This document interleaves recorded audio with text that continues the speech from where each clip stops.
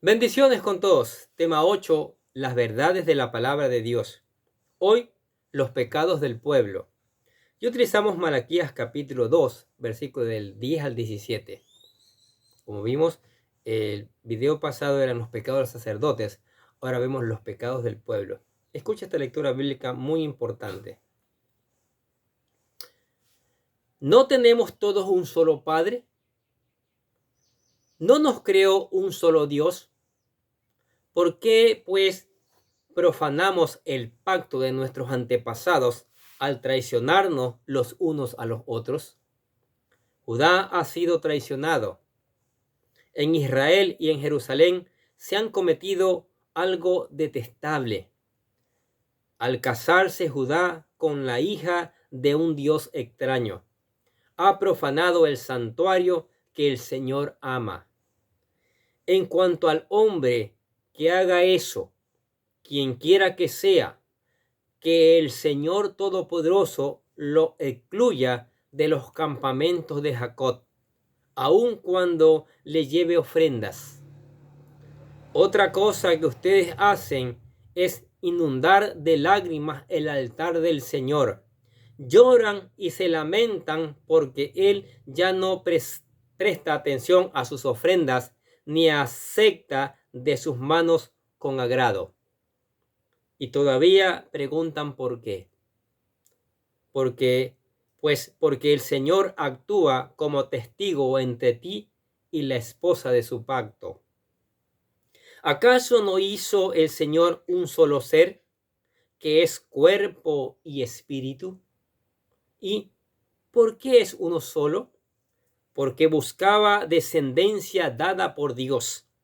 Así que cuídense ustedes en su propio espíritu y no traicionen a la esposa de la juventud. Yo aborrezco el divorcio, dice el Señor, Dios de Israel, y al que cubre de violencia sus vestiduras, dice el Todopoderoso. Así que cuídense en su espíritu y no sean traicioneros. Ustedes han cansado al Señor con sus palabras y encima preguntan, ¿en qué lo hemos cansado? En que dicen, todo el que hace lo malo agrada al Señor, y Él se complace con ellos. Y murmuran, ¿dónde está el Dios de justicia? Mire, qué palabra, hermanos, qué palabra. Al llegar a la mitad del capítulo 2, Malaquías se pasa hoy a amonestar al pueblo por sus pecados. La frialdad espiritual de Israel estaba acompañada por otros pecados que se habían arraigado entre ellos, pero que el Señor desaprueba. En esta ocasión, el profeta los amonesta acerca de 4 conductas desagradables para Dios: tratos engañosos, matrimonios incrédulos, divorcios y su cinismo. Vamos a ver los tratos engañosos. Malaquías 2:10. ¿No tenemos todos un solo Padre? ¿No nos creó un solo Dios? ¿Por qué, pues, profanamos el pacto de nuestros antepasados al traicionarnos los unos a los otros? Considerando el hecho de que todos los israelitas tenían un antepasado común, Adán según su origen y Abraham según los lazos consanguíneos que estaban vinculados a un pacto. ¿Cuál es el pacto? Éxodo 19:5 dice, si ahora ustedes me son del todo obedientes y cumplen mi pacto, serán mi propiedad exclusiva entre todas las naciones. Y que Dios podía ser considerado como un padre para ellos. El Señor les pregunta, ¿por qué pues profanamos el pacto de nuestros antepasados al traicionarnos los unos a los otros? ¿Por qué? La profanación del pacto divino radicaba en la forma de cómo trataban a sus hermanos, con extrema deslealtad y fraude. La palabra que se traduce como traicionar proviene del hebreo vagav, la cual se emplea para referirse a tratos engañosos que se realizaban entre las personas, lo cual Dios desaprueba completamente, ya que Él ama la verdad y no puede regocijarse en el fraude. Salmo 51:6 dice: He aquí tú amas la verdad en lo íntimo, y en lo secreto me has hecho comprender sabiduría. Los engaños es uno de los pecados más comunes, incluso dentro del pueblo cristiano, ya que generalmente no llegamos a comprender lo terrible que este pecado es delante de Dios. Podemos cometer este pecado cuando mentimos en nuestros negocios al no vender la pesa exacta, o cuando tergiversamos la información en nuestra empresa para vernos bien o sacar algún provecho, o cuando engañamos a una persona para que no se entere de algo que estamos encubriendo. Todos debemos vivir como hijos de luz, en verdad como Él es verdad. El yugo desigual. Malaquías capítulo 2, versículos 11 al 12. Judá ha sido traicionero. En Israel y en Jerusalén se ha cometido algo detestable. Al casarse Judá con la hija de un dios extraño, ha profanado el santuario que el Señor ama. En cuanto al hombre que haga eso, quien quiera que sea, que el Señor Todopoderoso lo excluya de los campamentos de Jacob, aun cuando le lleve ofrenda. ¿Qué les parece? Cuando Dios sacó al pueblo de Egipto y estableció un pacto con ellos en el desierto, una parte del compromiso del pueblo de Israel era no casarse con personas de otras naciones. ¿Cuál era la razón de esta ley? Dios pidió esto, no por ser racista, sino por razones espirituales. El término detestable se traduce del hebreo toeva, la cual es una palabra fuerte que indica asco estomacal. El pueblo había hecho algo tan terrible que la impresión podía enfrentar el estómago a alguien. Y eso era la unión en yugo desigual. En el reclamo que Dios hace a Israel por unirse en yugo desigual, encontramos varios principios que explicaban la prohibición del pecado. Primero, rompe la unidad del pueblo de Dios. El pueblo de Dios es unido porque tiene un mismo Padre y un mismo Dios. Por lo tanto, Dios espera que su pueblo conozca esta unidad, viva esta unidad, en forma consecuente con ello. Casándose con personas de otras naciones rompe la unidad del pueblo de Dios y atenta contra el propósito de Dios de elegir a Israel, ya que la mezcla de culturas contamina su vida con costumbres paganas y los impulsa a adorar dioses extraños. De igual forma, la unión de un cristiano con un incrédulo hace imposible la comunión con Dios, ya que mientras uno quiere consagrarse al Señor, el otro desea las cosas del mundo. Y por ello, el apóstol Pablo dijo lo siguiente en 2 Corintios capítulo 6, versículos del 14 al 18. No formen yunta con los incrédulos. ¿Qué tiene en común la justicia y la maldad? ¿O qué comunión puede tener la luz con la oscuridad? ¿Qué armonía Cristo con el diablo? ¿Qué tiene en común el creyente con el incrédulo?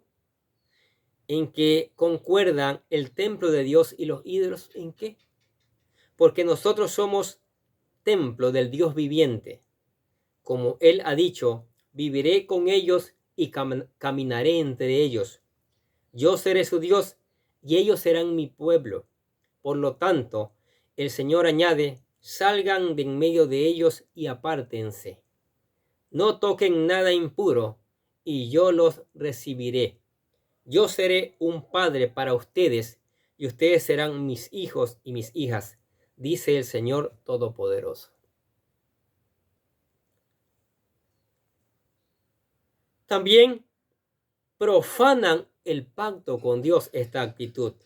Al salir de Egipto, el pueblo de Israel entró en un pacto con Dios. Una de las cláusulas era no contraer matrimonio con incrédulo. Al hacerlo, estaban rompiendo el pacto, es decir, estaban yendo en contra de las promesas de Dios. Y otra razón más es ofende profundamente a Dios. Sí, Malaquías 2:11 dice, Judá ha sido traicionero. En Israel y en Jerusalén se ha cometido algo detestable. Al casarse Judá con la hija de un extraño, ha profanado el santuario que el Señor ama. Las expresiones traicionero, detestable y profanado describen el gran disgusto que el Señor sentía por el hecho de que los israelitas se estaban uniendo en matrimonio con naciones paganas a tal punto que habían profanado el mismo santuario de que Dios tanto amaba. Esto es lo que el yugo desigual causa a otros. ¿Qué les parece?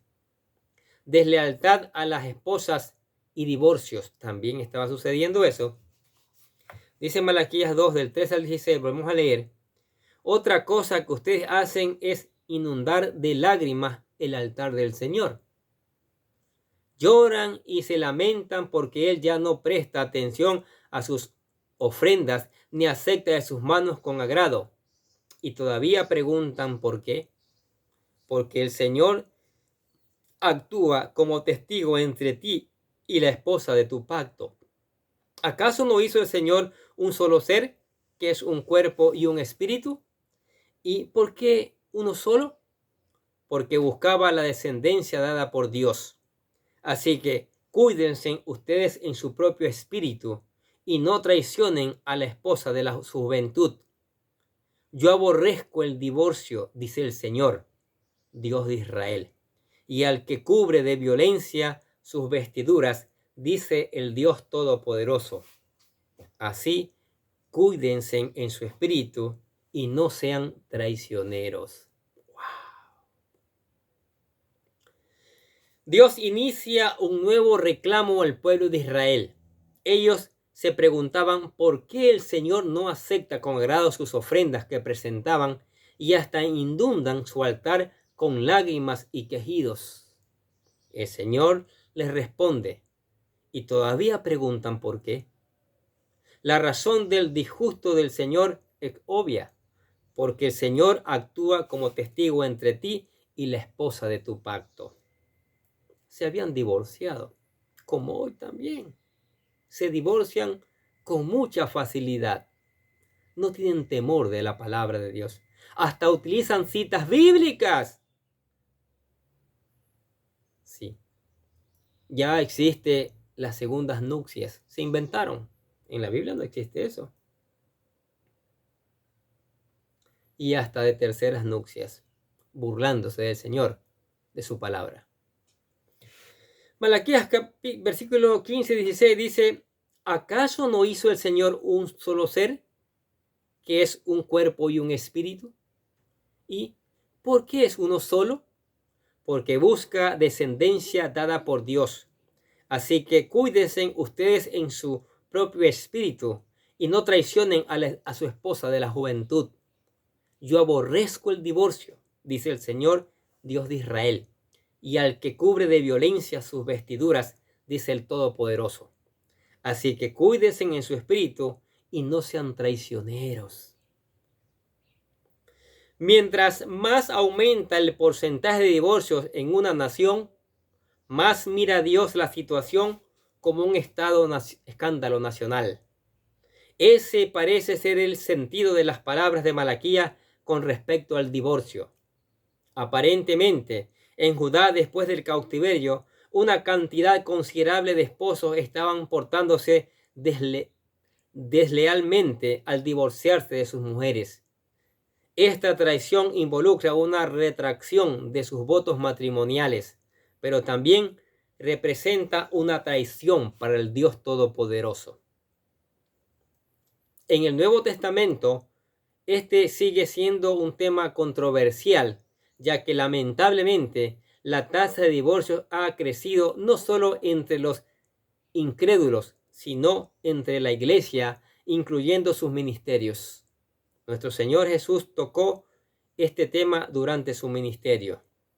Sí, él habló de esto. Mateo capítulo 19, versículo del 3 al 9. ¿Qué lo que dice? Algunos fariseos se le acercaron y, para ponerlo a prueba, le preguntaron: ¿está permitido que un hombre se divorcie de su esposa por cualquier motivo? ¿No han leído, replicó Jesús, que en el principio el Creador los hizo hombre y mujer y dijo: por eso dejará el hombre a su padre y a su madre y se unirán a su esposa y los dos llegarán a ser un solo cuerpo? Así que ya no son dos, sino uno solo. Por tanto, lo que Dios ha unido, que no separe el hombre. Le replicaron: ¿por qué entonces mandó Moisés que un hombre le diera a su esposa certificado de divorcio y la despidiera? Moisés le permitió divorciarse de su esposa por los obstinados que son, respondió Jesús. Pero no fue así desde el principio. Les digo que, excepto en caso de infidelidad conyugal, el que se divorcia de su esposa y se casa con otra, comete adulterio. Así es. El plan original de Dios es que lo que Él ha unido, nada lo separe. En ningún momento Él alentaría al divorcio. Sin embargo, muchos ven una excepción en este versículo, único en toda la Biblia, donde dice: les digo que, excepto en caso de infidelidad conyugal, el que se divorcia de su esposa, se casa con otra, comete adulterio. Esto no significa que debemos tomar este versículo como una salida para los problemas matrimoniales. El deseo de Dios es que luchemos por preservar nuestro matrimonio. Así es. Malaquías habló claramente acerca de la actitud de Dios hacia el divorcio. El profeta advirtió claramente: cuídense en su espíritu. Una actitud ligera hacia el divorcio era un síntoma del problema de la actitud del corazón de la persona hacia el Señor. Ahora veamos el cinismo del pueblo. Malaquías 2:17. Ustedes han cansado al Señor con sus palabras y encima preguntan: ¿en qué le hemos cansado? En que dicen: todo el que hace lo malo agrada al Señor, y Él se complace con ellos, y murmuran: ¿dónde está el Dios de justicia? Llegamos al final del capítulo 2 y cierra la sección de los pecados del pueblo con otra pregunta que ellos hacían y que no era más que un retrato de su indiferencia espiritual. ¿En qué hemos cansado? Dios está cansado de la gente que, en lugar de someterse a Él, discute en contra de su voluntad, justificando su actitud pecaminosa con su errada conclusión. Todo el que hace lo malo agrada al Señor y Él se complace en ellos. ¿Cómo el Señor se va a complacer de lo malo? Tan pero como que le falta un tornillo, ¿no? Esta era una manera de hablar en contra de Dios, expresando su disgusto al no ver las respuestas que tanto estaban esperando. La restauración del reino de Israel. Ellos decían: es mejor ser malo, ya que nadie saca provecho de ser justo y a los impíos les va mejor. Ante las injusticias de la vida decían de manera sarcástica: ¿dónde está el Dios de justicia? Cuando llegue la justicia, lamentarán haber hecho ese tipo de planteamientos. ¿Qué les parece estas verdades de la palabra de Dios? Dios es claro. Dios señala el pecado. Dios señala por qué no han abandonado. Dios les señala las malas actitudes. Dios les señala las malas acciones. Qué palabra tan maravillosa. Qué libro de Malaquías tan profundo para levantar el ánimo nuevamente, ¿no es cierto? Ahora usted que está escuchando la palabra de Dios, ¿no cree que es hora de aceptar a Cristo? Hágalo. Aquí le presentamos lo que nosotros le llamamos la oración de fe, para que usted acepte al Señor con todo su corazón, para que usted acepte al Señor, ¿sí? Y se convierta en un hijo de Dios y haga lo bueno, haga lo recto delante de Él y delante de la sociedad que está mirando. Repita la oración que dice: querido Dios, sé que soy un pecador y que nada de lo que hago puede hacerme ganar el cielo o la vida eterna. Creo que Jesucristo murió por mí, derramando su sangre para lavar todos mis pecados, para ser redimido, y que se levantó de la tumba al tercer día. Ahora mismo lo recibo como mi Salvador personal, confiando solamente en Él como mi único camino al cielo. Señor Jesús, séllame y lléname con tu Espíritu Santo, y escribe mi nombre en el libro de la vida para ser salvo. Y decimos gracias, amado Padre Celestial, por regalarme la vida eterna. ¿Aceptó a Cristo? Es la mejor decisión que usted ha hecho. Ahora venga a la palabra de Dios, léala, medite en ella, aprende en ella, deje que el Espíritu Santo le enseñe, busque obedecerla, aplicarla y predicarla también. Converse con el Señor a través de la oración, cántele alabanza y venga a la iglesia. Acá seguiremos aprendiendo estas maravillosas verdades. Amén.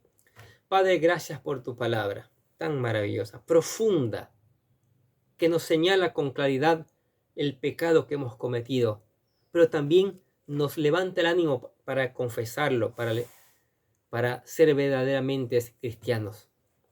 Padre, que esta palabra traiga cambios, que esta palabra llegue a los corazones y mente de las personas y puedan convertirse de verdad de todo corazón, Señor. Bendice esta palabra, Señor, y que lleve el fruto adecuado, Señor. Padre, te damos gracias en el nombre del Señor Jesucristo. Y los bendecimos también a ustedes que escuchan la palabra de Dios cada día.